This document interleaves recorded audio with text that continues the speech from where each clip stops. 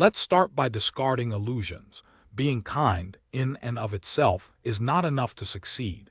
If you've believed that decency alone will carry you forward, then you've been clinging to a dangerous fiction. And somewhere deep inside, you already know that. You felt it in those moments when doing the right thing left you ignored, when showing loyalty earned you exploitation, when your silence, mistaken for softness, allowed others to walk right over you. You've played fair, and instead of recognition, you've been treated like an afterthought, or worse, like prey. The message you were taught, that good intentions are enough, that honesty guarantees reward, is a beautiful lie. In reality, the world doesn't honor the good-hearted unless they also know how to protect themselves. It respects not just purity but power, not only integrity but intelligence. And this is where so many stumble, in believing that morality is a shield strong enough to stop betrayal, cruelty, and manipulation. It's not. Kindness without defense is not strength. It's an invitation for the ruthless to feed. Machiavelli understood this. He saw the truth beneath the surface. Human nature is not gentle. It's calculating, impulsive, and often cruel when the opportunity arises. In his writings, he exposed a brutal wisdom. Virtue, without strategy, becomes vulnerability. Goodness, if not paired with cunning, becomes a beautiful cage. You may believe you've been doing the right thing by staying open, honest, and kind. But the reality is that if you don't understand the rules of power, you're simply giving others the blueprint to exploit you. Look at those you admire, the ones who have built empires, moved the world, changed the game. Do you really believe they reached those heights on goodwill alone? No, they played the game strategically. They knew when to wear a smile and when to sharpen their gaze. They understood that morality is not a fixed virtue to display at all costs. It is a flexible tool to wield at the right moment. The difference between a ruler and a pawn is not values. It's the capacity to adapt values to reality without becoming a slave to either. Your downfall isn't in your decency. It's in the belief that others will return your sincerity with their own. But not everyone plays by your rules. Many wear kindness like a mask. Many dress manipulation in the language of empathy. And if you walk into the world without a strategy, you're playing a game of survival with your guard down. It's not cruelty to protect yourself, it's intelligence. And that's where the transformation begins, when you realize that kindness must evolve from innocence into awareness. This is not about abandoning your values. It's about learning to navigate a world that doesn't always recognize them. It's about becoming a person who can love with strength, who can trust but also discern, who can help others without becoming a stepping stone. Machiavelli didn't advocate evil for its own sake. He proposed survival through awareness. He understood that to live with purpose and power, you must know when to give and when to withhold, when to stand tall and when to disappear. Ask yourself, have you been choosing to be loved at the cost of being respected? Have you sought approval so desperately that you've let people treat you like an accessory, useful only when needed, invisible when not? Love without boundaries does not command loyalty. It invites manipulation. Generosity without strength is not noble, it's naive. People do not admire kindness that bends to everyone's will. They admire kindness that knows how to hold its ground. This is the paradox that many good people never resolve. They think the world will eventually recognize their goodness and reward it. But the world doesn't run on justice. It runs on perception. You are not treated based on your heart, you are treated based on your presence. If you look weak, you will be handled like you're weak. If you appear confident, you will be approached with caution. And if you project strength, your kindness will be seen as generosity, not submission. How many times have you stayed silent to avoid upsetting someone, only to lose your dignity in the process? How many times have you held back your truth to preserve peace, only to realize that the cost of that peace was your self-respect? You're not being asked to become cruel. You're being asked to become intelligent with your compassion, to stop expecting that others will see your value just because it's there. Instead, learn to show it strategically, where it counts when it counts. The world doesn't admire passive purity. It admires assertive clarity. It admires those who can hold their virtue like a sword, not like a chain. If you want your kindness to be respected, it must be backed by force. Not brute force, but the force of confidence, boundaries, and the willingness to act decisively when crossed. If you don't cultivate strength, your kindness becomes ornamental, pretty to look at, easy to discard. Machiavelli wrote that it is better to be feared than loved if you cannot be both.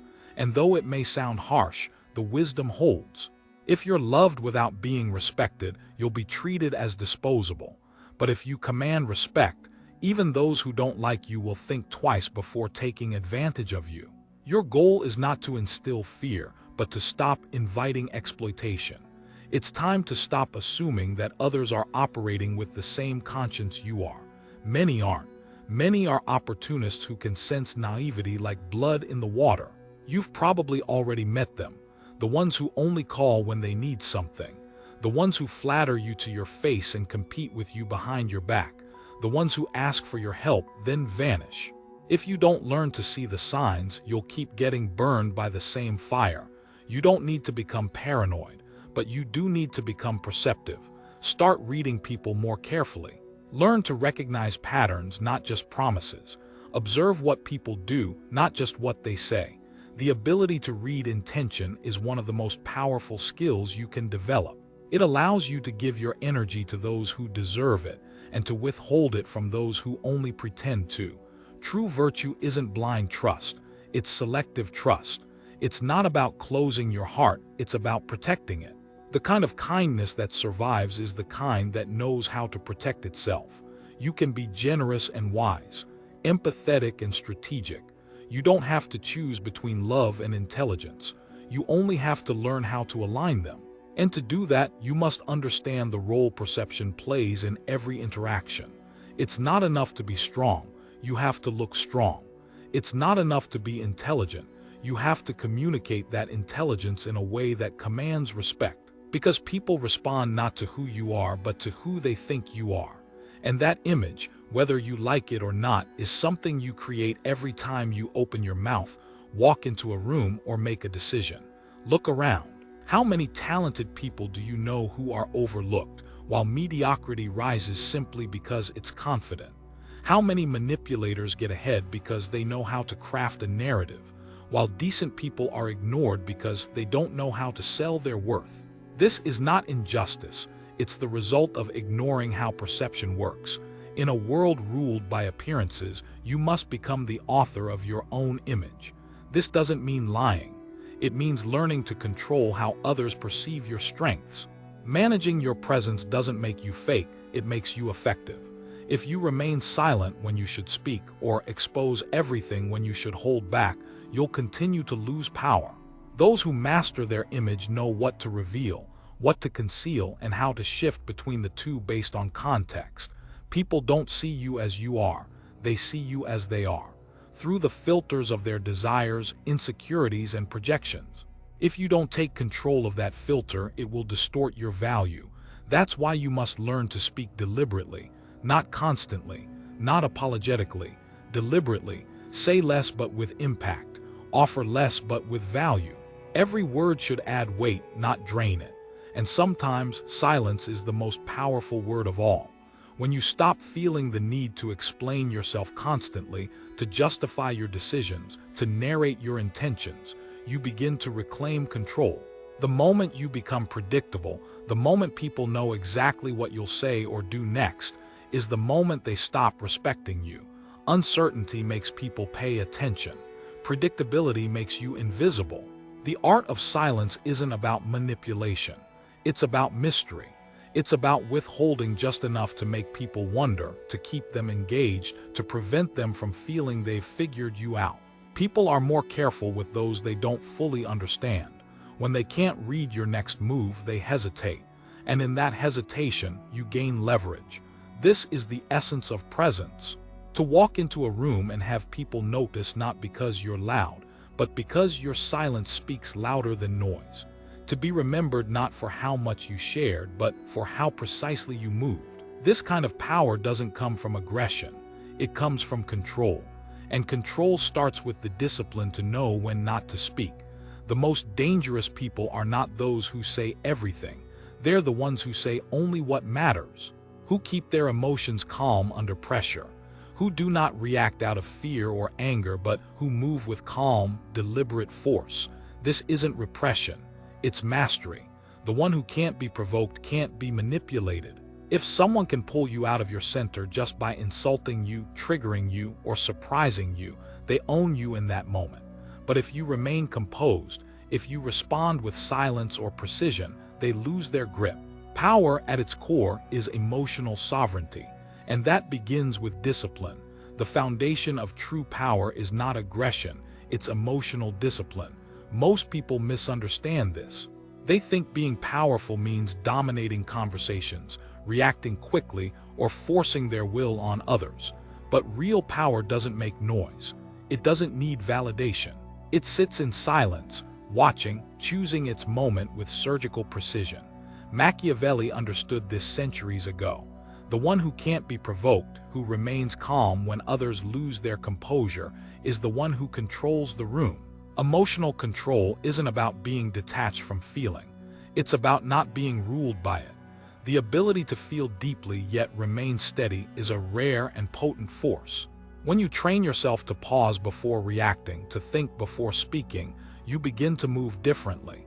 You stop being someone who is easily read. And when people can't read you, they fear misjudging you. That fear becomes respect. In every conflict, the person who keeps their emotional center holds the upper hand. When you react impulsively, through anger, anxiety, or frustration, you hand over control. You let someone else write the script of your behavior. But when you stay grounded, you become unpredictable. You break their rhythm. They can't trap you in their expectations because you refuse to play the emotional game. And that unpredictability is your armor. Predictable people are easy to manipulate.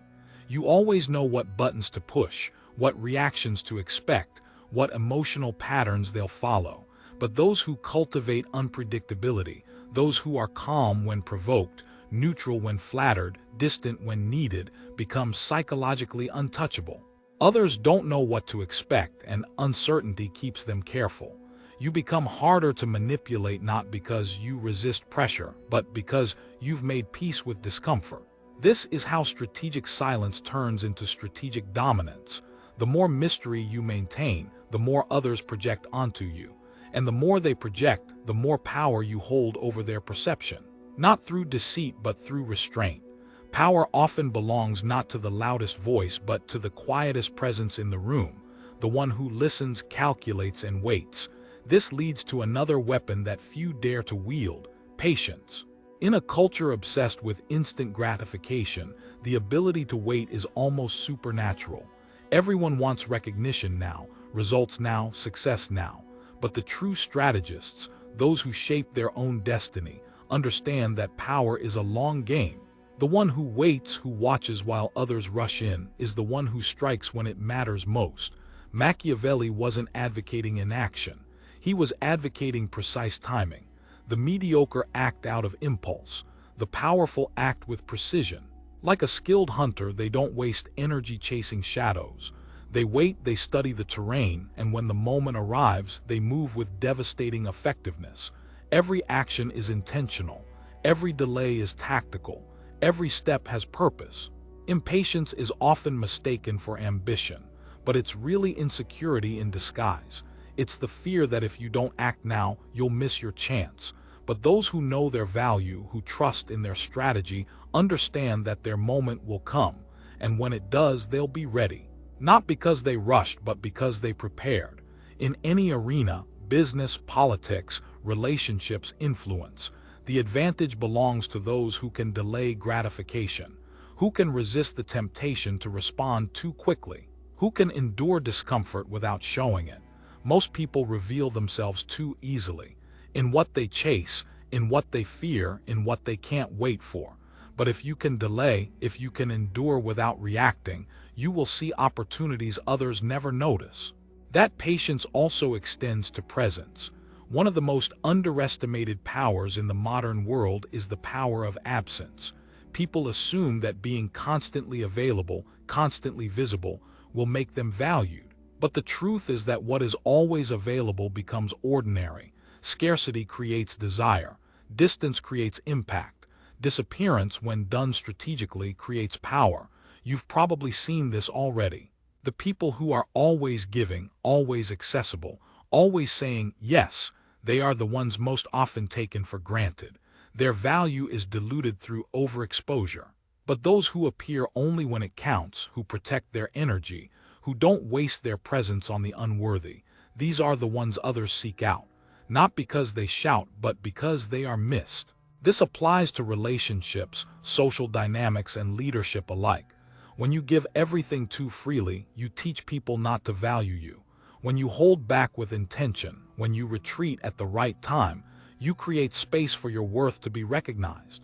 And when you reappear, people take notice, not because you demanded attention, but because your absence reminded them of what they had.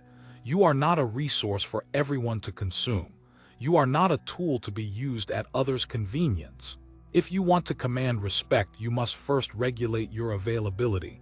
Respond less, be less accessible, make your time valuable, make your presence earned. You don't need to vanish completely. You need to be intentional about when and how you show up. The world is not kind to those who give without boundaries, and the ones who receive the least gratitude are often those who gave the most. If you've ever poured yourself into others only to be met with silence when you needed help, you already understand this truth. People value what is scarce, what is protected, what is not easy to get. You must learn to manage your presence like currency, because once people see you as abundant, they stop seeing you as precious. And now, you begin to understand the full shape of power. It is not force, it is not noise, it is not ego. It is the quiet mastery of 5 invisible forces: perception, information, distance, emotion, and timing. Perception means controlling how others see you, because people act based on belief, not truth. Learn to shape your image not through lies but through clarity and consistency. Be what you intend to be and make sure others see it. Information is power and must be guarded. Naive people share too much too soon with the wrong people. They believe transparency is a virtue, but transparency is a luxury, not a requirement. You must learn to speak less and observe more, to share selectively, to let others reveal themselves first, because once you are fully known, you become predictable, and predictability is weakness. Distance gives your presence weight. When you are always available, your value is diluted. When you are seen less often, you become more significant. Don't be afraid to pull away. It is not coldness, it is discipline. Your absence can say more than your words ever could. Emotion is either your master or your tool. The one who controls your emotional state controls your behavior. That is why you must train yourself to remain calm even when provoked, to stay quiet when you are tempted to defend. The one who is unshaken becomes immovable, and timing, perhaps the rarest of all, knowing when to speak, when to move, when to disappear, when to strike. Those who act too soon are wasted. Those who act too late are irrelevant. But those who wait for the exact moment, they change everything. Once you master these, you stop being a pawn. You stop being a victim of circumstance. You become a strategist, someone who doesn't simply react to the world but shapes how the world reacts to them. Someone who walks with clarity, speaks with impact, and moves with quiet force. This is not about becoming cruel. It's about becoming conscious. It's about protecting your kindness with intelligence, your generosity with boundaries, your peace with discipline. It's about learning to use the rules of the game to your advantage, instead of constantly being used by them. The world does not change for the good-hearted. It respects the good-hearted who understand power. So stop waiting for people to recognize your worth. Start projecting it. Stop hoping others will treat you fairly. Start making it impossible for them not to. Stop giving your silence, your effort, your attention, your time to those who have not earned it. And now comes the final shift, the courage to become an anomaly. Everything you've learned, from controlling perception to mastering distance, from emotional self-discipline to strategic timing, means nothing if you still behave like everyone else. The game doesn't change until you stop following the script. The most powerful people in any era weren't those who obeyed. They were the ones who rewrote the rules, not recklessly, but with purpose. Most people are conditioned to act predictably. They seek validation in the same places. They react in the same ways. They limit their own growth by staying within acceptable boundaries. If you want a different outcome, you must become someone others don't know how to define. Someone who doesn't move where expected. Someone who doesn't need to explain every decision. Someone who doesn't need to be understood to be respected. Become the one they watch in silence. The one they talk about but can't label. The one whose presence changes the temperature in the room, not through force but through focus, through stillness, through command. And it starts small.